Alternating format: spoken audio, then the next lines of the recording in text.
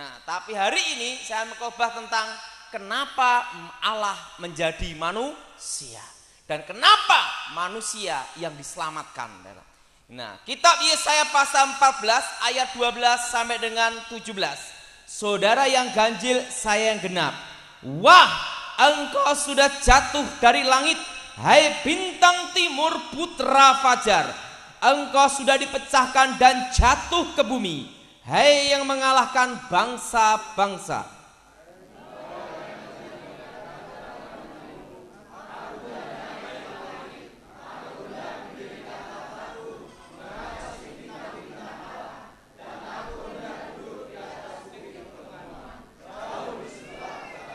Aku hendak naik mengatasi ketinggian awan-awan, hendak menyamai yang maha tinggi.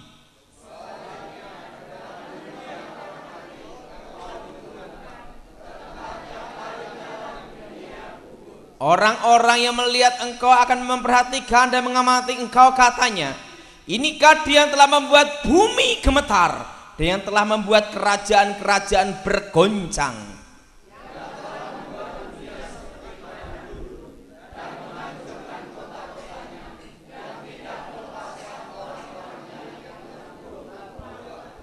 Saya mau tanya sama saudara, siapa yang pernah baca di Alkitab tertulis kata Lucifer?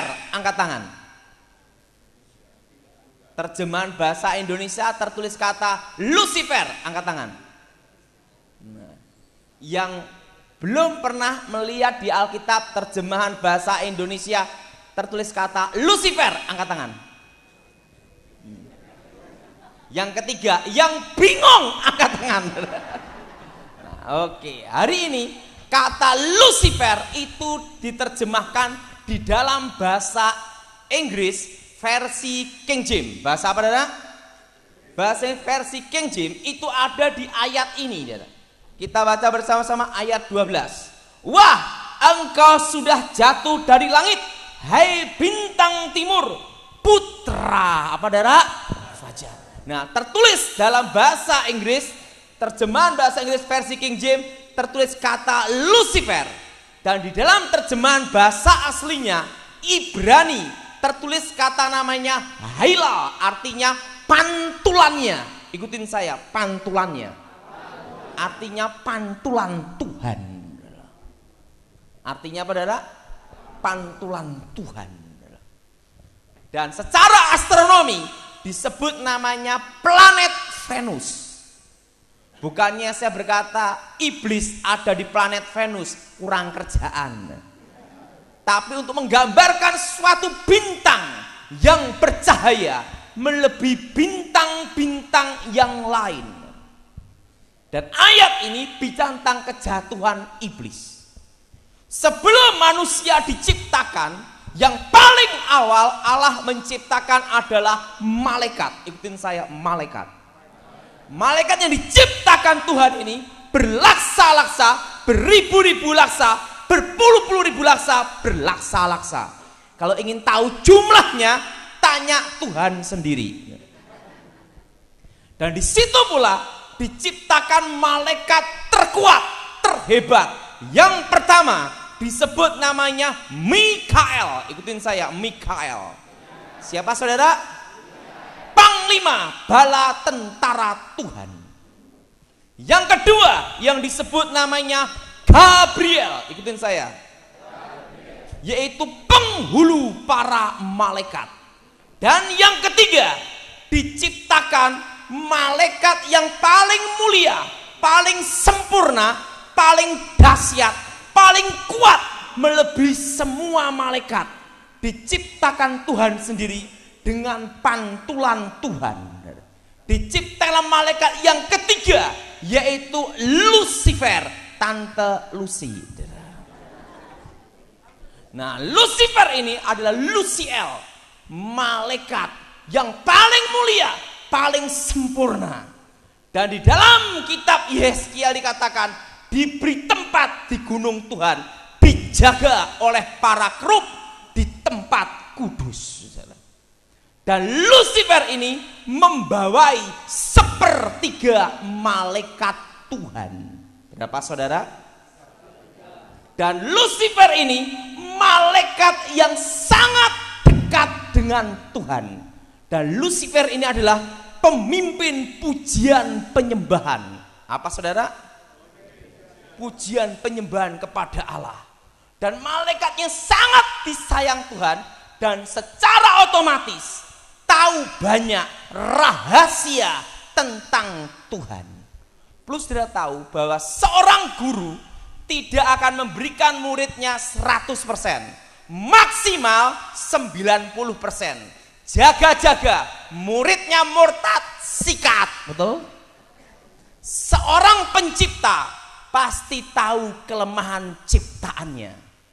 Pada waktu Lucifer memimpin pujian penyembahan, Lucifer ingin menjadi Allah. Dosa yang pertama kali terjadi bukan di bumi. Dosa yang pertama kali terjadi itu ada di surga. Di mana saudara? Nah, Lucifer ingin menjadi Allah. Terjadilah pemberontakan di surga yang berpihak pada Tuhan 2/3. Yang melawan Tuhan 1/3. Yang memimpin adalah Lucifer. Tuhan Maha Kuasa. Terjadilah peperangan di surga. Sebelum di bumi main keroyokan, di surga sudah keroyokan. Yang berpihak pada Tuhan 2/3. Yang melawan 1/3. Allah Maha Kuasa. Lucifer kalah, dibuang ke bumi. Jadilah iblis. Apa saudara? Yang disebut iblis, ular naga tua, Satan, rajanya para setan, itu satu oknum, yaitu Lucifer. Nah, 1/3 malaikat yang jatuh ke dalam dosa inilah jadilah penguasa di udara, roh-roh jahat, tuyul, jin, termasuk gendruwo. Itu adalah 1/3 malaikat yang jatuh ke dalam dosa. Di dalam hidup ini yang paling mengecewakan kalau kita dikhianati orang yang paling kita sayangi. Betul? Yang paling menyedihkan kalau kita dikhianati orang yang paling kita cintai. Makanya ibu-ibu kalau suaminya selingkuh, yang ketawa ngalami.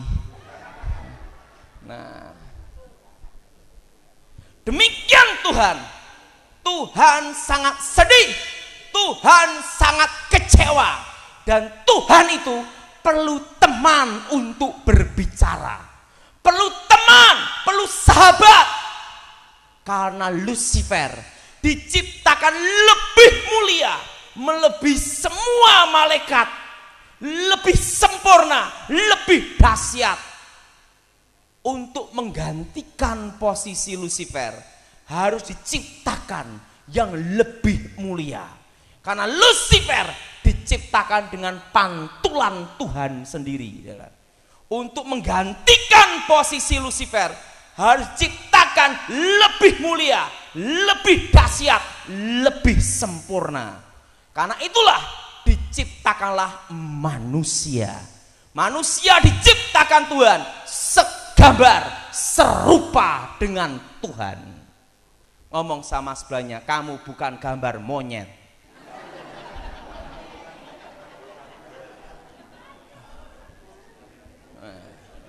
Manusia diciptakan Tuhan lebih mulia, lebih dahsyat, lebih sempurna, melebihi Lucifer. Karena untuk menggantikan posisi Lucifer harus diciptakan yang lebih mulia, lebih dahsyat, lebih sempurna. Kalau Lucifer diciptakan dengan pantulannya, manusia diciptakan segambar, serupa dengan Tuhan. Diciptakanlah Adam dan diciptakanlah Hawa. Dan Tuhan berfirman, semua tumbuh-tumbuhan, biji-bijian boleh engkau makan, kecuali satu pohon di tengah, buah pengetahuan yang baik dan yang jahat. Lucifer marah. Kenapa marah? Kenapa setan menggoda manusia? kenapa setan tidak goda kambing? Kenapa selalu manusia saja yang digodanya? Betul? Kenapa setan tidak goda ayam? Kenapa setan tidak goda kodok? Betul? Tapi selalu manusia yang digodanya. Lucifer marah. Kenapa marah? Seorang direktur kalau dipecat, dia pasti marah, iri, cemburu dengan direktur yang baru yang ganti. Betul? Nah, Lucifer marah. Dulu adalah malaikat yang paling mulia menjadi malaikat paling hina. Dulu malaikat yang paling disayang Tuhan menjadi malaikat yang dibenci Tuhan, musuhnya Tuhan. Dulu malaikat yang sangat tinggi derajatnya menjadi malaikat kegelapan, jauh dari hadirat Tuhan. Siapa yang ganti dia? Yang ganti adalah manusia, Adam dan Hawa. Nah, di antara semua binatang yang di darat, yang paling cerdik adalah ular. Makanya dipakailah ular. Saudara, seorang penipu pasti lebih pandai satu tingkat dengan yang ditipu. Buktinya bisa ketipu. Betul? Betul? Jadi seorang penipu itu lebih pandai satu tingkat dengan yang buktinya bisa apa? Ketipu. Ngomong sebelahnya, kamu jangan penipu.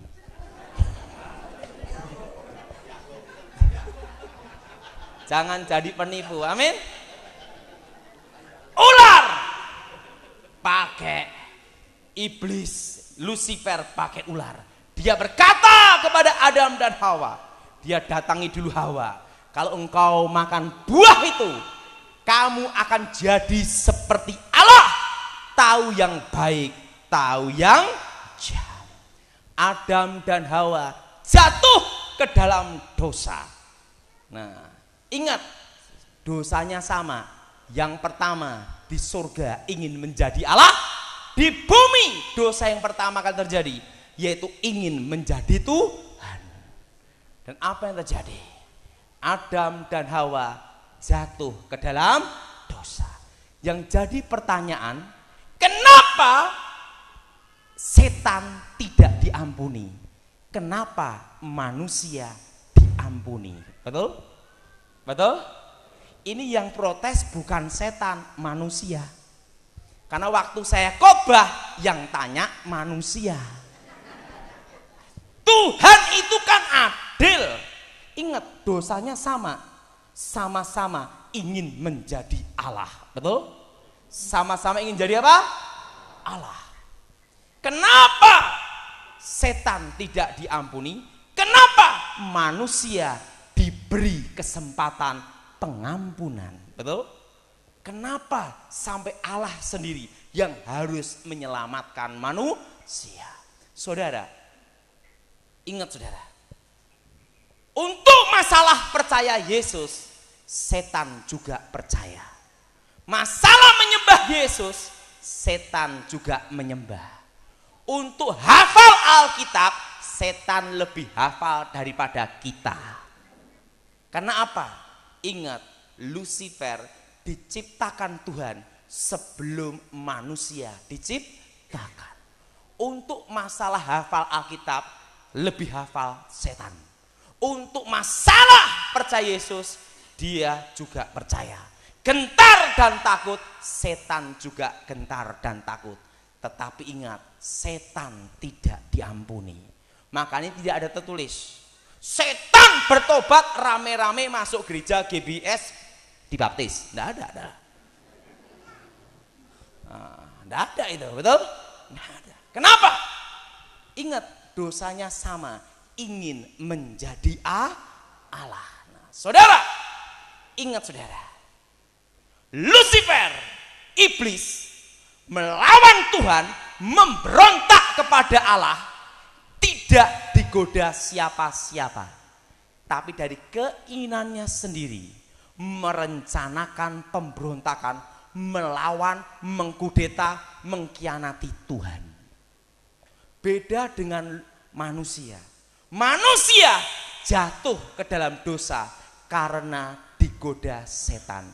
Kalau tidak digoda setan, manusia tidak jatuh ke dalam dosa. Sama-sama kasus pembunuhan berencana dengan pembunuhan tidak berencana, hukumannya beda. Tapi kasus pembunuhannya bunuh, betul? Tapi hukumannya beda. Ingat, direncanakan dengan tidak direncanakan. Ingat, manusia tidak punya rencana. Manusia tidak ada keinginan untuk mengkhianati, memberontak melawan Tuhan. Jelas? Karena itulah manusia diberi kesempatan pengampunan. Keturunan perempuan itu akan meremukkan ular, yaitu janji tentang Mesias, janji tentang penyelamatan, janji tentang penebusan, bahwa Allah sendiri yang harus menyelamatkan manusia. Kenapa bukan malaikat yang menebus manusia? Karena ingat darah, manusia lebih mulia melebihi malaikat. Jelas? Untuk menebus yang lebih mulia harus yang sangat mulia, yaitu Allah sendiri yang harus datang menyelamatkan kita. Amin. Amin. Dan ingat saudara, apa buktinya kita diciptakan Tuhan untuk menggantikan posisi Lucifer? Perlu saudara tahu, kita nanti di sorga tidak ada yang khotbah, tidak ada yang ngedarin kantong kolektor. Pak Lewi Amin kalau di surga pensiun khotbah. Di surga adalah memuji, menyembah Tuhan. Saya mau tanya, sepertiga malaikat yang jatuh ke dalam dosa itu malaikat apa saudara? Pemuji, penyembah. Hidup ini hanya ada dua pilihan dan tidak boleh pilih dua-duanya, harus pilih salah satu. Satu, di surga nyanyi nonstop. Kedua, di neraka digebukin nonstop. Saya mau tanya, enggak bisa milih dua-duanya, harus milih salah satu. Siapa yang ingin nyanyi nonstop, angkat tangan. Kenapa enggak milih digebukin nonstop? Ingatlah, kenapa kita ini di bumi itu sebenarnya adalah latihan nyanyi. Makanya kalau di gereja nyanyinya harus semangat. Karena di surga nanti nyanyi terus. Apa buktinya kita diciptakan Tuhan untuk menggantikan posisi Lucifer? Ingat saudara, kita nanti di surga tidak ada yang khotbah, tidak ada yang ngadain kantong kolektor. Semua memuji, menyembah Tuhan. Nah, ingat, janji tentang penyelamat itu dimulai pada waktu Adam dan Hawa jatuh ke dalam dosa. Untuk menyelamatkan manusia harus yang lebih mulia. Malaikat tidak bisa menebus manusia. Kenapa? Karena manusia lebih mulia. Karena diciptakan Tuhan segambar, serupa dengan Tuhan. Dan apa yang terjadi? Allah telah menyelamatkan manusia, datang 2000 tahun yang lalu, datang menjadi manusia, lahir di kandang domba di Bethlehem. Nah saudara, kenapa Yesus lahir di Bethlehem? Ingat, artinya apa? Supaya orang-orang miskin, orang-orang yang tidak mampu, orang yang kalangan bawah, orang yang tidak diperhatikan oleh orang pun, ingat, Allah tetap peduli. Bahwa keselamatan itu bukan hanya untuk orang kaya. Kalau Yesus lahir ada di kerajaan, di istana, gimana gembala domba-domba bisa datang untuk menyambut dia? Betul? Nah, bagaimana kalau dia lahir di kerajaan, ada di istana, bagaimana orang-orang miskin datang untuk supaya menemui dia? Ingat saudara, Yesus datang ke dalam dunia langsung, bukan ke istana, tapi dia lahir ada di kandang domba. Artinya apa? Bahwa keselamatan itu bukan hanya untuk orang kaya, tapi orang miskin pun diberikan keselamatan itu. Orang miskin, orang kaya, semua sama di hadapan Tuhan. Dan ingat, janji penebusan itu sudah ada pada waktu Adam dan Hawa jatuh ke dalam dosa. Jadi ingat saudara. Dan yang kedua, yang jadi pertanyaan yang kedua, kenapa Tuhan perlu menciptakan langit yang baru dan bumi yang baru? Ikutin saya. Langit yang sekarang ini akan lenyap. Bumi yang sekarang ini akan lenyap. Tuhan akan ciptakan langit yang baru dan bumi yang baru. Yerusalem baru. Yang jadi pertanyaan, kenapa Tuhan perlu menciptakan langit yang baru dan bumi yang baru? Apa Tuhan kurang kerjaan sehingga perlu nyetain lagi? Dah. Ikutin saya saat ini. Karena langit yang sekarang ini ada dosa. Dosa apa saudara? Pemberontakan Lucifer. Apa saudara? Ikutin saya. Bumi yang sekarang ini ada dosa. Dosa apa saudara? Pemberontakan manusia. Karena itulah Allah itu kudus, Allah itu suci. Tidak boleh ada noda, tidak boleh ada dosa, dan tidak boleh ada celah. Karena itulah Tuhan perlu menciptakan langit yang baru dan bumi yang baru, Yerusalem baru. Saat ini banyak orang bingung tentang 2012. Dukun-dukun berkata 2012 gelap. Ya pasti gelap, lihat plafon. Kan banyak orang bingung ramalan suku Maya, betul? Nah, betul? Bahkan saya dapat SMS Jakarta akan digoncang gempa 8,9 skala Richter. Saya balesin gini, kamu larilah, aku tidak. Ingat saudara, sampai sekarang tidak ada teknologi apapun di muka bumi ini yang sehebat apapun yang tahu kapan akan gempa. Apalagi BMG Indonesia ini nomor 1 di dunia. Hancur duluan baru tahu.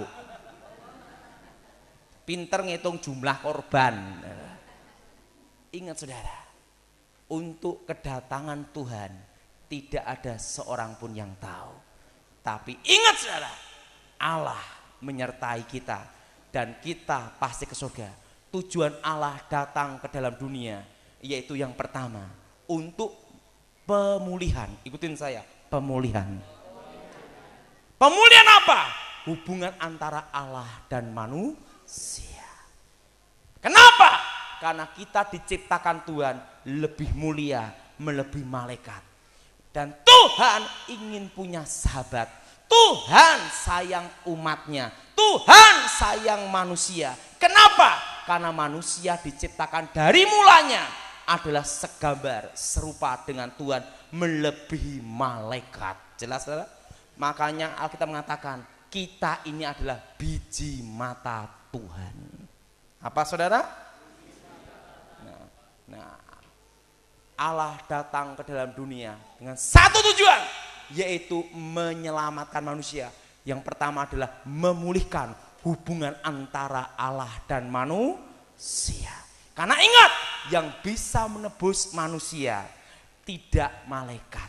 Karena untuk menebus manusia harus yang lebih sempurna, lebih mulia, yaitu Sang Pencipta sendiri yang harus menderita menyelamatkan kita. Yang pertama, memulihkan hubungan Allah dan manusia. Dan yang kedua, karena manusia tidak bisa diselamatkan tanpa Allah sendiri. Perlu dia tahu bahwa semua agama itu baik. Agama adalah manusia mencari Allah. Sampai matinya pun tidak ketemu Allah. Kenapa? Karena manusia berdosa. Nah, kekristenan bukan manusia mencari Allah, tapi Allah terlebih dahulu datang mencari manusia. Amin. Karena untuk menyelamatkan manusia harus Allah sendiri yang punya inisiatif menyelamatkan. Amin. Makanya ingat, semua agama itu baik, tapi semua agama tidak bisa menyelamatkan. Termasuk agama Kristen kita pun tidak bisa menyelamatkan. Yang bisa menyelamatkan kita adalah Allah sendiri, yaitu kita menerima Yesus sebagai Tuhan dan Juru Selamat. Siapa yang percaya, angkat tanganmu saat ini. Tepuk tangan untuk Tuhan kita. Dan yang ketiga, Allah datang ke dalam dunia bukan hanya untuk orang kaya, bukan hanya untuk orang miskin, tetapi untuk semua umat manusia. Karena misi penyelamatan itu dijanjikan untuk semua keturunan Adam. Jadi mulai hari ini ingat saudara, kenapa Allah perlu menyelamatkan kita. Amin. Amin. Nah, dan ingat yang keempat, supaya kita dipulihkan menjadi anaknya, diberi posisi untuk mengalahkan setan. Ikutin saya diberi posisi untuk mengalahkan setan. Ingat saudara, iblis hanya bisa dikalahkan oleh kuasa Allah sendiri, yaitu pada waktu kita menerima Yesus sebagai Tuhan dan Juru Selamat, kita diberi kuasa menjadi anak-anak Tuhan. Dan secara otomatis kita dipulihkan hubungan Allah dan manusia, yaitu posisi kita semula, yaitu apa? Di atas setan. Jadi kalau kita percaya Yesus hari ini, iblis ada di bawah kaki kita. Saya mau tanya, siapa yang berani sama setan? Angkat tangan. Siapa yang berani sama setan? Angkat tangan. Nah, ngomong sama setan, kamu boleh coba. Siapa yang takut sama setan? Angkat tangan. Yang ketiga, lihat situasi. Jadi mulai hari ini engkau harus tahu kenapa iblis tidak diampuni, kenapa manusia diampuni. Jadi manusia diberi keselamatan, diberi kesempatan. Karena apa? Ingat saudara, manusia jatuh ke dalam dosa karena digoda setan. Kalau tidak digoda setan, manusia tidak jatuh ke dalam dosa. Jadi mulai hari ini engkau harus punya pemahaman. Ingat saudara, tidak ada setan bertobat. Jelas? Jelas? Dan engkau harus punya pemahaman. Ingat, ada suatu pemahaman yang salah mengatakan bahwa Tuhan menciptakan kejahatan, Tuhan menciptakan setan, Tuhan menciptakan jin. Ingat saudara, semua awal yang diciptakan Tuhan itu baik. Allah tidak pernah menciptakan kejahatan. Allah menciptakan segala awal. Ikutin saya, segala awal adalah baik. Allah menciptakan malaikat, tapi sepertiga malaikatnya memberontak melawan Tuhan. Jadilah iblis. Jadi ingat saudara, mulai hari ini ingat, saudara ada suatu pemahaman, dan pemahaman yang salah harus dibuang. Allah tidak pernah menciptakan apa? Kejahatan. Tapi Allah menciptakan semua awal adalah baik. Apa saudara? Semua awal adalah apa? Semua awal adalah baik. Jadi mulai hari ini engkau ditanya orang, kenapa setan tidak bertobat? Engkau bisa jawab, karena setan tidak ada pengampunan. Jelas? Tidak ada apa? Nah, dan kita di sorga, nanti tugas kita adalah apa saudara?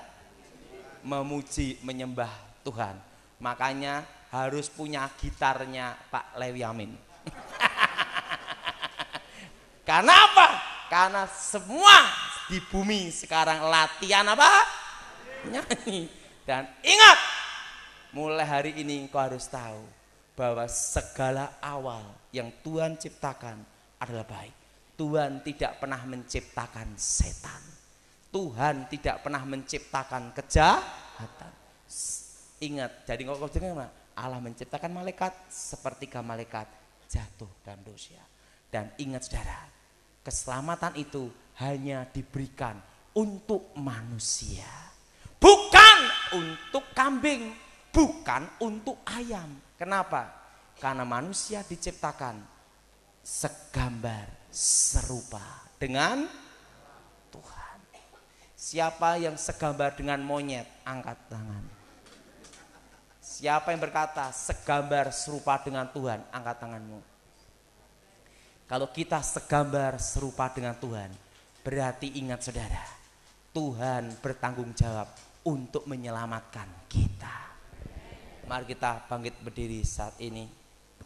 Jadi hari ini engkau harus mengerti kenapa Allah perlu datang ke dalam dunia, menjadi manusia. Untuk apa? Menderita. Kenapa perlu menyelamatkan kita?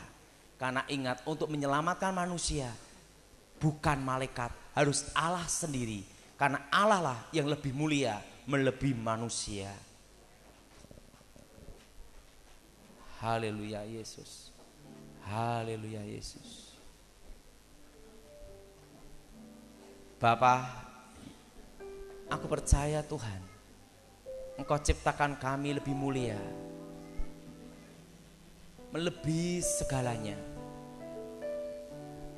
Saudara, ingat saudara, kita diciptakan Tuhan lebih mulia melebihi malaikat. Kita diciptakan Tuhan segambar serupa dengan Tuhan sendiri. Allah datang ke dalam dunia supaya kita dipulihkan hubungan Allah dan manusia, menebus dari segala dosa.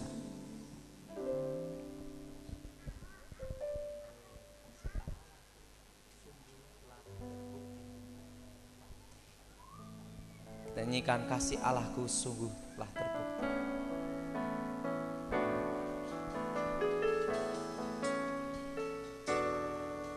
Kasih Allahku sungguh telah terbukti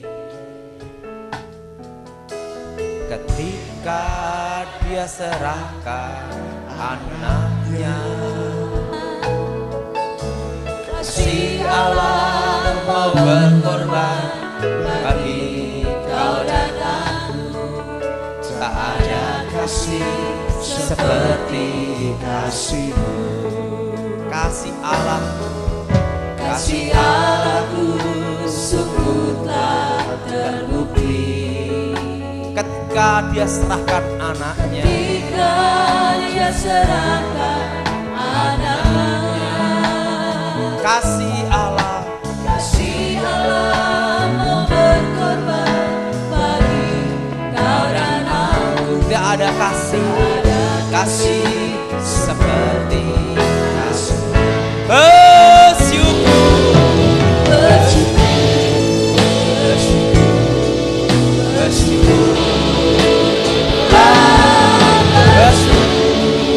Karena kasih setia,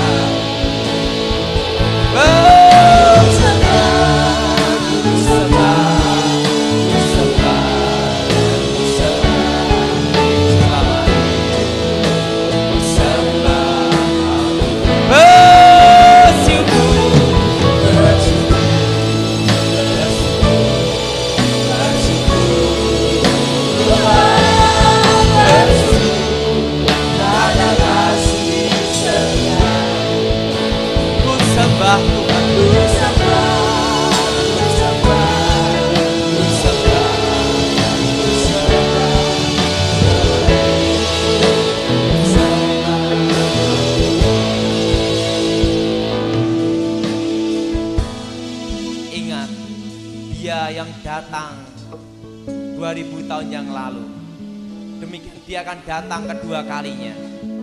Tidak ada seorang pun yang tahu, baik malaikat, baik nabi maupun semuanya, yang tahu hanya Bapa kapan Tuhan akan datang.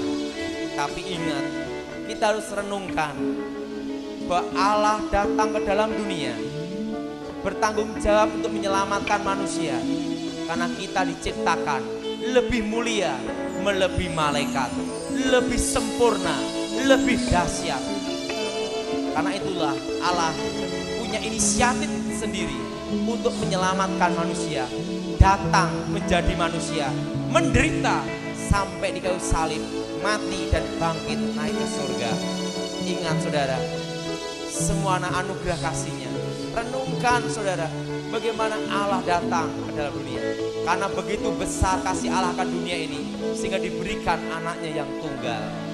Kita angkatkan kita, bersyukur, bersyukur, bersyukurlah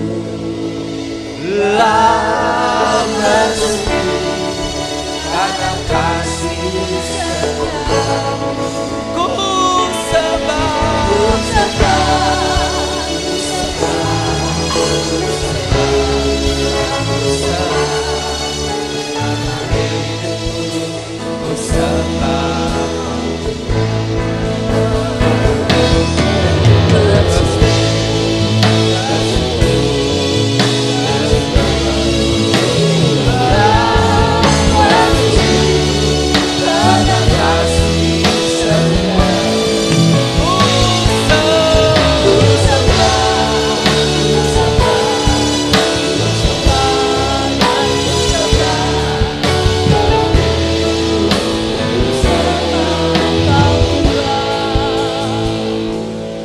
renungkan, darah kambing, darah binatang tidak bisa menebus manusia. Karena binatang, kambing, ayam, semua adalah di bawah manusia, tidak mulia, tidak punya roh. Jadi darah binatang tidak bisa menyelamatkan manusia. Harus Allah sendiri yang datang menjadi manusia, yang lebih mulia dengan darahnya sendiri untuk menyelamatkan kita, menebus kita dari segala dosa.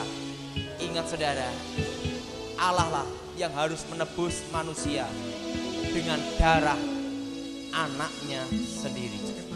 Terima kasih ya Tuhan atas kasih penebusan-Mu, atas anugerah-Mu, atas karya-Mu, sehingga kami tahu bahwa Engkau datang dalam dunia untuk menyelamatkan manusia, untuk memulihkan hubungan Allah dan manusia, untuk menyelamatkan manusia.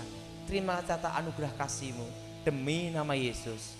Yang percaya katakan amin. Silakan duduk.